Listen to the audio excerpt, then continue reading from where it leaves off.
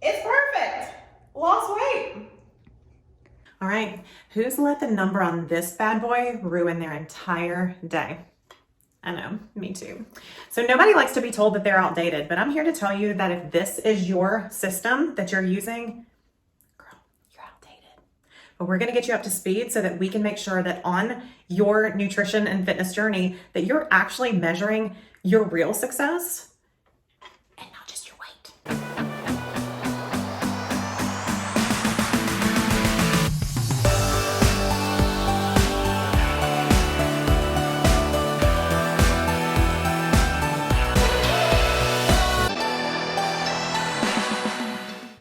Hi, sweet friends. If you're brand new here, my name is Lauren Valentino, and I help women just like you with their nutrition and fitness so that you can thrive, absolutely crush it in a body that you love. I help women make their nutrition and fitness easy and fit into their already busy, high-performing lives. So if you're brand new here, make sure that you subscribe and like and share and do all of the social media things. I appreciate it. Society has completely conditioned us to use this as a method to our success, how well we're eating, how well our bodies look, even a little bit of our self-worth tends to be tied to a number that, if we're being totally honest, is probably what we weighed in high school. Am I right?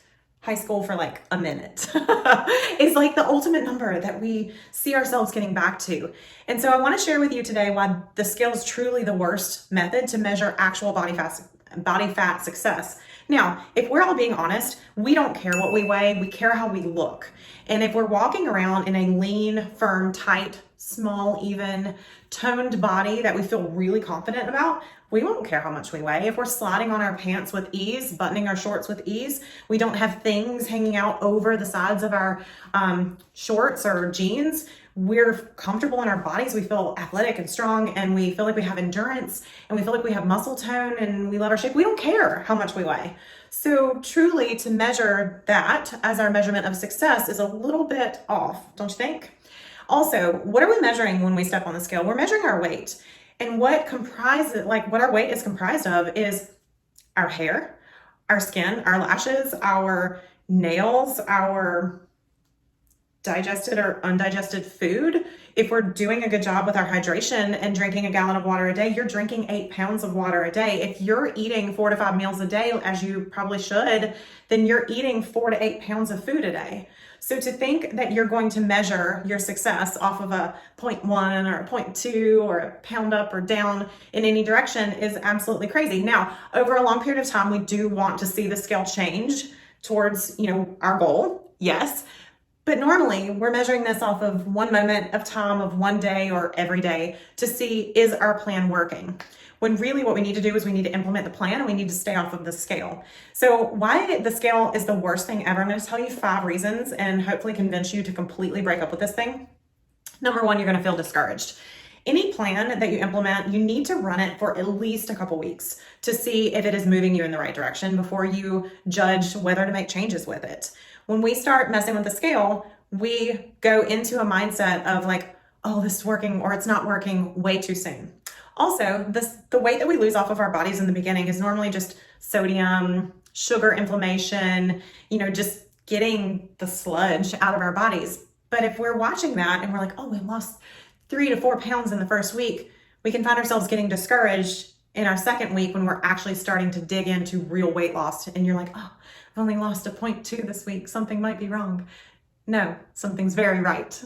But we tend to modify our approach based on the output of that number. The second reason, hormones. All right, so all of our females here, do I need to tell you that you're going to weigh something different the week before your menstrual cycle or while you're on your menstrual cycle? Probably not, but just in case, the hormones coming up to our menstrual cycle, you have progesterone as your key player. Progesterone slows down some of our gut motility and function. You may notice that your bowel movements coming up to your period are less celebratory than normal. Hormones. So our fluctuating hormones are absolutely going to change the weight that we see, the number that we see on the scale. The next one is stress. So I'm going to talk about physical stress and mental and emotional stress. If we go get a really hard workout, Our bodies are going to hold on to more fluid as our bodies repair our muscle tissue. That's what working out is. It breaks it down, puts micro tears into our muscle tissue. The body has to heal and recover from that. That takes fluid. Also, real life stress is going to elevate our cortisol. Cortisol makes us hold on to extra fluid as well. So if you are under a large amount of stress, using the scale is not really accurate form of whether or not you've lost body fat. The next one is that if you are watching this thing like crazy and you're micro focused on it, it can make you implement extreme measures, and extreme measures are not sustainable and they're not good for our endocrine system. So if you see a terrible number on the scale, you might go, oh, I'm going to go just cut my food in half today, or I'm going to go spend a whole extra hour on the treadmill. That's not sustainable. You know that from life experiences, right? Normally when we do things like that, we start to see ourselves yo-yo. We might be able to track really great for a little bit of amount of time, and then we find ourselves in our pantry in a box of chocolate because we're hungry or exhausted. Not a good strategy for long-term weight loss. The next one is guilt. No true fitness program comes with a side of guilt. So guess what? Life happens. Your kid has a birthday, I know, highly inconvenient, or you have an anniversary, or your mom comes to town and wants to take you out for dinner.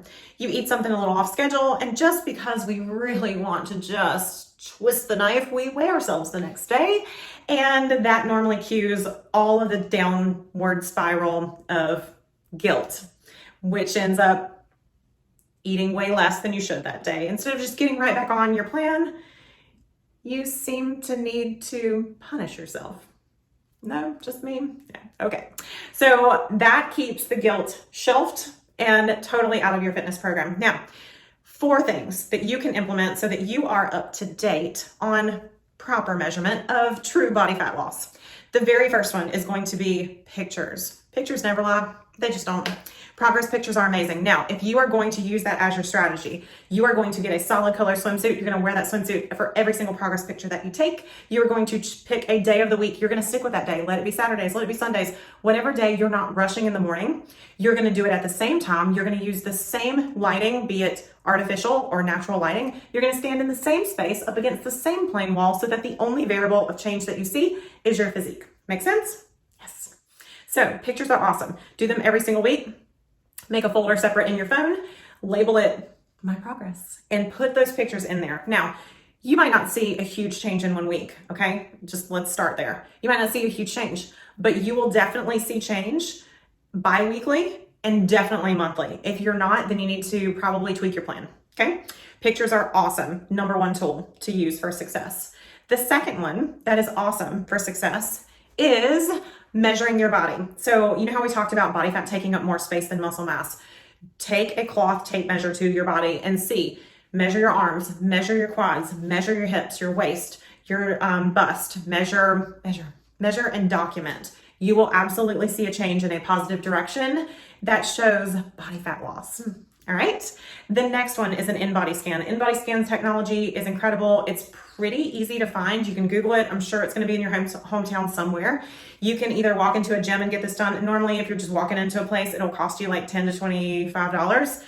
You can do it in your clothes. It is 99.9% accurate. It will tell you what your body is made of, your skeletal muscle, your body fat percentage, how much water you're holding in your body. It will tell you all the things. It is a phenomenal measure. Now, you do want to make sure that you did not just weight train before you go do an in-body scan. That will throw it off. But anything else, you're good to go. In-body scan, awesome technology. Number 4 is going to be a halo band. You can grab this off of Amazon and I'll put the link below. That is another really great way to track your fat loss success. Now, I'm going to tell you a story. I'm going to leave you with a story because I don't want this to be you. Okay. So I have many clients. I do still work one-on-one with people. And I had a client recently who was very addicted to the scale. It had derailed lots of potential success that she was tracking on. So I had her take her batteries out of her scale. I had her move her scale up onto a very high shelf in her closet to where she could not reach it. And we set off on a brand new nutrition and fitness plan. She was getting massive results. She looked amazing. She was seeing abs that she hadn't seen in years. Her arms were sculpting. She was feeling hot and awesome. She was telling me that she was grabbing clothes that she had held on to for like an extra decade. She was sliding them on with ease. She was sending me pictures often. And she was feeling phenomenal. She got her oomph back. She got her energy back. She got her sex drive back. And she was feeling fantastic. So feeling so fantastic that one day she got out of the shower in the morning and she found her batteries. She grabbed that scale from the top shelf. She put the battery back in and called me crying. Lauren, I've only lost 6 pounds. Oh my God, what's wrong with me? I feel broken. And just complete emotional disaster. And I was like, you know what? Give me a minute, I'm gonna call you back. So I grabbed my very first pictures that she had ever sent me and put them in a photo collage with the ones that she had sent me the day before our call that day. And I just texted them to her, said nothing. I'm not gonna convince someone of what is obvious. So I just sent them to her and she calls me and she goes, okay, you're right. Those are 2 different people and I have made massive change, but why only 6 pounds? So here's the deal. Our goal is always to change our body composition. We want to lose all the body fat or the excessive amount of body fat. We don't want anything sticking out over our jeans. We don't want anything to jiggle more than it should. We want our bodies to be tight and toned and firm and shapely. And in doing that, we also want to make sure that we hold on to the muscle tissue on our frame because our muscle tissue is our secret fat burning machine. So if you're doing this right, it may not actually be what you think it's going to be on the scale. Okay, so I'm going to leave you with that as a bit of encouragement. Break up with the scale, update your systems, girlfriend, and really track true fat loss success. Thank you so much for tuning in. Hopefully you gained value here. If you did, smash that like button, share it with your friends, and of course, make sure you subscribe. I put out a new high quality training as often as I can, which is weekly. All right, have a wonderful rest of your day and we'll chat soon. If you have any questions, drop them below.